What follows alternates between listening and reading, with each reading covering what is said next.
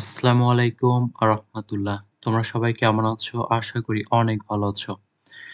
তো তোমরা যারা সেশন ২০২২ এবং ২৩ যাদের হচ্ছে ২১শে অক্টোবর স্বাধীন বাংলাদেশের অভ্যুদয়ের ইতিহাস এই পরীক্ষাটি রয়েছে তাদের জন্য আজকে আমরা ৭ম অধ্যায়ের ১৯৬৯ এর গণ অভ্যুত্থান ও ১১ দফা আন্দোলন এই অধ্যায় থেকে গ বিভাগের একটি গুরুত্বপূর্ণ প্রশ্ন পড়ব।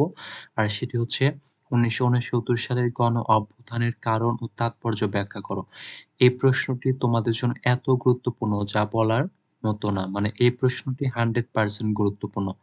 এই প্রশ্নটি অবশ্যই ভালোভাবে পড়বে। আর এই প্রশ্নটি পড়ার আগে আমরা দেখে নেব তোমরা যারা সেশন ২০২২ এবং ২০২৩ তাদের জন্য অনার্স ১ম বর্ষ স্বাধীন বাংলাদেশের অভ্যুদয়ের ইতিহাস এর চূড়ান্ত সাজেশনের পিডিএফ এর পিডিএফ এর পেজ সংখ্যা হচ্ছে ৪৯ পেজের একটি পিডিএফ যেখানে রয়েছে ক বিভাগের গুরুত্বপূর্ণ প্রশ্ন এবং বিগত সালের প্রশ্নসমূহ, খ বিভাগের একদম চূড়ান্ত ৯ টি প্রশ্ন, গ বিভাগের মানে ১২ টি প্রশ্ন যা আসার মতো একদম ইম্পোর্টেন্ট ১২ টি প্রশ্ন রয়েছে এবং এই পিডিএফটির মূল্য ধরা হয়েছে ৳১০০। এই পিডিএফটির মূল্য ধরা হয়েছে ৳১০০।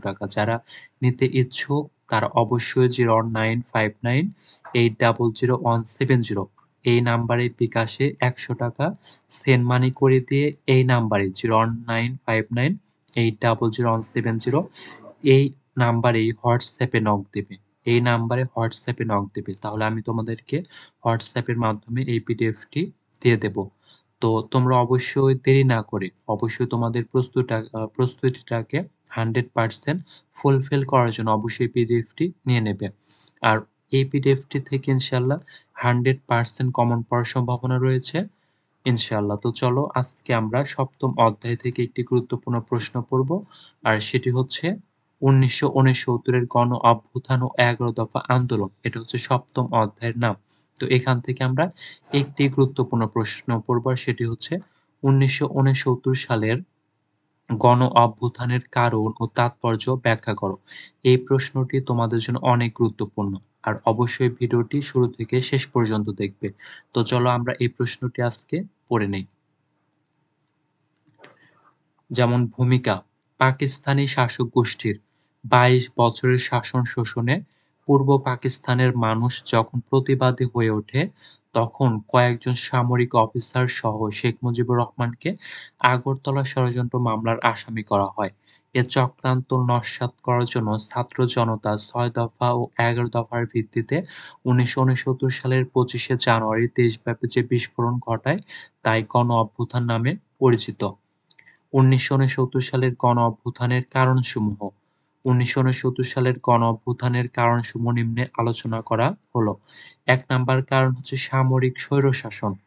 ১৯৫৮ সালের অক্টোবরে ঘোষিত সামরিক শাসনের ফলে পূর্ব ও পশ্চিম পাকিস্তানে যেভাবে গণতান্ত্রিক মূল্যবোধ ও ভাবধারা, ধ্যান-ধারণা ও আশা-আকাঙ্ক্ষা বিপর্যস্ত হয়, তার প্রতিবাদস্বরূপ এবং গণতান্ত্রিক ব্যবস্থা পুনরুদ্ধারের প্রচেষ্টা সূচিত হয় এই গণ-অভ্যুত্থান।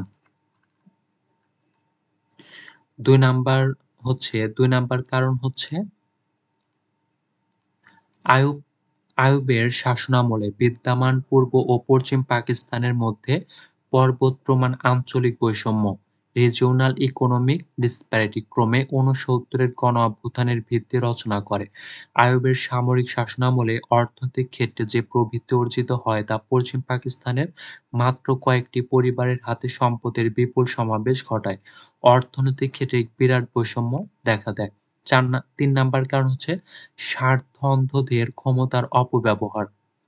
১৯৬২ সালের সংবিধান অনুযায়ী সমগ্র পাকিস্তানে গণবিরোধী ও অশুভ শক্তির ক্রমাগত ক্ষমতা বৃদ্ধি এবং বিশেষ করে মৌলিক গণতন্ত্রে বেসিক ডেমোক্রেটিস ও অন্যান্য স্বার্থ-অন্ধ ব্যক্তিবর্গের ক্ষমতা বৃদ্ধি ও ক্ষমতার অপব্যবহার গণ-অভ্যুত্থানে ত্বরান্বিত করে। ৪ নাম্বার হচ্ছে আমলা ব্যবস্থার অত্যাধিক ক্ষমতা বৃদ্ধি।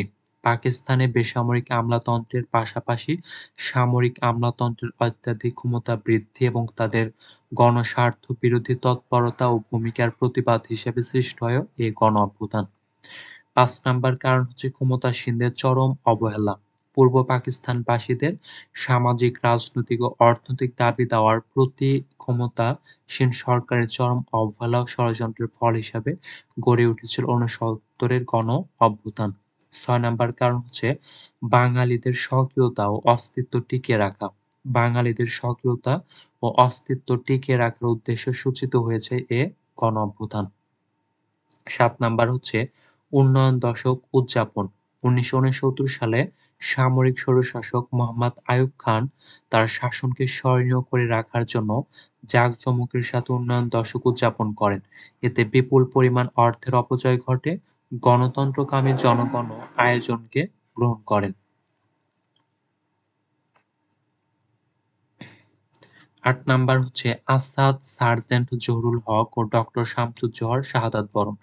যেমন ১৯৬৯ সালের ২০শে জানুয়ারি পুলিশের গুলিতে ছাত্রনেতা আসাদের শাহাদত, ১৫ই জানুয়ারি প্রহরারত সৈনিকদের গুলিতে সার্জেন্ট জহুরুল হক এবং ১৮ই ফেব্রুয়ারি রাজশাহী বিশ্ববিদ্যালয়ের শিক্ষক ডক্টর শামসুজ্জোহার শাহাদত বরণ চলমান আন্দোলনকে গণ-অভ্যুত্থানে রূপান্তরিত করে। যখন পূর্ব পাকিস্তানের মানুষ তাদের অধিকারের প্রতি সোচ্চার হয়েছে, তারা তাদের অধিকার চায়। শেখ মুজিব যখন বাঙালিদের অধিকার আদায়ের জন্য জীবনের মায়া ত্যাগ করে আন্দোলন সংগ্রাম করেছে, তখন পশ্চিম পাকিস্তানিরা বাঙালিদের প্রাণপ্রিয় নেতা, বাঙালিদের অধিকার আদায়ের অগ্রদূত শেখ মুজিবকে ঠেকাতে তার নামে মামলা করে। কিন্তু বাঙালি জাতি তা মেনে নেয়নি। তারা তাদের প্রাণপ্রিয় নেতাকে রক্ষার জন্য ১৯৬৯ সালে গণ আন্দোলনের ডাক দেয়, যা বাঙালিদের জন্য অতি গুরুত্বপূর্ণ। ১৯৬৯ সালের গণ-অভ্যুত্থানের গুরুত্ব ও তাৎপর্য। নিম্নে ১৯৬৯ সালের গণ-অভ্যুত্থানের গুরুত্ব ও তাৎপর্য আলোচনা করা হলো। ১ নাম্বার তাৎপর্য হচ্ছে আইয়ুব খানের পতন। শাসনতান্ত্রিক সমস্যার সমাধান না হওয়ায় শেখ মুজিবুর রহমান ৬ দফা ও ১১ দফা বাস্তবায়নের জন্য জনগণকে নিয়ে আন্দোলন চালিয়ে যাবার দৃঢ় প্রত্যয় ঘোষণা করলে পাকিস্তানকে টিকিয়ে রাখার অভিপ্রায়ে স্বৈরাচারী আইয়ুব খান ১৯৬৯ সালের ২৫শে মার্চ সেনাবাহিনীর প্রধান ইয়াহিয়া খানের উপর শাসন ক্ষমতা অর্পণ করে রাজনীতি থেকে চিরবিদায় নেন। এভাবে আইয়ুব খানের এক দশককালীন সামরিক শাসনের অবসান ঘটে। ২ নাম্বার কারণ হচ্ছে ২ নাম্বার গুরুত্ব বা তাৎপর্য হচ্ছে আগরতলা মামলার প্রত্যাহার। ১৯৬৮ সালের জানুয়ারি মাসে শেখ মুজিবকে প্রধান আসামি করে মোট ৩৪ জনের বিরুদ্ধে রাষ্ট্রদ্রোহিতার অভিযোগে আইয়ুব মোনায়েম চক্র আগরতলা ষড়যন্ত্র মামলা নামে এক মিথ্যা মামলা দায়ের করে। কিন্তু ছাত্র জনতার তীব্র আন্দোলনে ভীত হয়ে আইয়ুব খান ১৯৬৯ সালের ২২শে ফেব্রুয়ারি আগরতলা ষড়যন্ত্র মামলা প্রত্যাহার করতে বাধ্য হয়। ৩ নাম্বার হচ্ছে গোল টেবিল বৈঠক আহ্বান। ১৯৬৯ সালের গণ-অভ্যুত্থান প্রশমনের জন্য প্রেসিডেন্ট আইয়ুব খান ১৯৬৯ সালের ফেব্রুয়ারি মাসে রাওয়ালপিন্ডিতে সর্বদলীয় রাজনৈতিক নেতৃবৃন্দের এক গোল টেবিল বৈঠক আহ্বান করেন। ৪ নাম্বার হচ্ছে ১৯৭০ সালের নির্বাচন। এ আন্দোলনের প্রেক্ষিতে পাকিস্তানের শাসন ব্যবস্থার অবনতি ঘটে। তাই শাসনতান্ত্রিক ব্যবস্থার উন্নয়ন ঘটাতে ১৯৭০ সালের সাধারণ নির্বাচন অনুষ্ঠিত হয়। কেন্দ্রীয় সরকার গঠনের ক্ষেত্রে নির্বাচন ছিল অতি গুরুত্বপূর্ণ। ৫ নাম্বার গুরুত্ব হচ্ছে জাতীয়তাবোধ সৃষ্টি। এ আন্দোলনের মাধ্যমে পূর্ব পাকিস্তানের জনগণের মধ্যে জাতীয়তাবোধ সৃষ্টি হয়। আর জাতীয়তাবোধের উপর ভিত্তি করে তারা ১৯৭১ সালে স্বাধীনতা যুদ্ধের ডাক দেয় এবং ছিনিয়ে আনে স্বাধীনতার লাল সূর্য। ৬ নাম্বার গুরুত্ব বা তাৎপর্য হচ্ছে স্বৈরাচার বিরোধী ও গণতান্ত্রিক মানসিক তৈরি। গণ-অভ্যুত্থানের ফলে জনগণের মধ্যে স্বৈরাচার বিরোধী মানসিকতা গভীরভাবে প্রোথিত হয়। বাক স্বাধীনতা ও গণতান্ত্রিক শাসন ব্যবস্থার জন্য জনগণ সর্বস্ব ত্যাগ স্বীকারের জন্য মানসিকভাবে প্রস্তুত হয়। ৭ নাম্বার গুরুত্ব হচ্ছে ২১শে ফেব্রুয়ারির ছুটি পুনর্বহাল। ১৯৬৯ এর গণ-অভ্যুত্থানের ফলে জাতীয় চেতনার প্রতীক ২১শে ফেব্রুয়ারি সরকারি ছুটির দিন হিসাবে পূর্বের মর্যাদা ফিরে পায়। উল্লেখ্য যে ১৯৫৪ সালে যুক্তফ্রন্ট মন্ত্রিসভা ২১শে ফেব্রুয়ারিকে ছুটির দিন ঘোষণা করেছিল, কিন্তু ১৯৫৮ সালে সামরিক আইন জারির পরে ছুটি বাতিল হয়ে যায়। ৮ নাম্বার গুরুত্ব হচ্ছে স্বাধীনতা অর্জন। পাকিস্তান সামরিক জান্তা এই গণ-আন্দোলনকে স্তব্ধ করার শত প্রচেষ্টা চালিয়েও সম্পূর্ণরূপে ব্যর্থ হয়। এ আন্দোলন পরবর্তীতে স্বাধীন বাংলাদেশ সৃষ্টিতে সহায়তা করে। বাঙালি জাতি ঐক্যবদ্ধ আন্দোলনের মাধ্যমে নিজেদের অধিকার ও স্বাধীনতা ছিনিয়ে আনার যে মহান ব্রত নেয় তা ১৯৭১ সালের ১৬ ডিসেম্বর বাস্তব রূপ লাভ করে। তো এবার হচ্ছে দেখব উপসংহার। উপরিউক্ত আলোচনার পরিপ্রেক্ষিতে বলা যায় যে, একক কোনো কারণে ১৯৬৯ সালের গণ-অভ্যুত্থান সংগঠিত হয়নি, বরং এর পেছনে অর্থনৈতিক, রাজনৈতিক ও সামাজিক কারণ বিদ্যমান ছিল। পশ্চিম পাকিস্তানের সামরিক শাসকরা এ আন্দোলন নস্যাৎ করার আপ্রাণ চেষ্টা চালিয়েছে, কিন্তু আন্দোলনের নিকট তাদের হার মানতে হয়। ১৯৬৯ সালের গণ-অভ্যুত্থানের মাধ্যমেই আইয়ুব খানের পতন ঘটে। দীর্ঘ ৩ বছর এই গণ-আন্দোলন চালিয়ে পূর্ব পাকিস্তানিরা স্বায়ত্তশাসন প্রতিষ্ঠা করতে প্রয়াসী হয়। জন্ম হয় স্বাধীন সার্বভৌম বাংলাদেশ।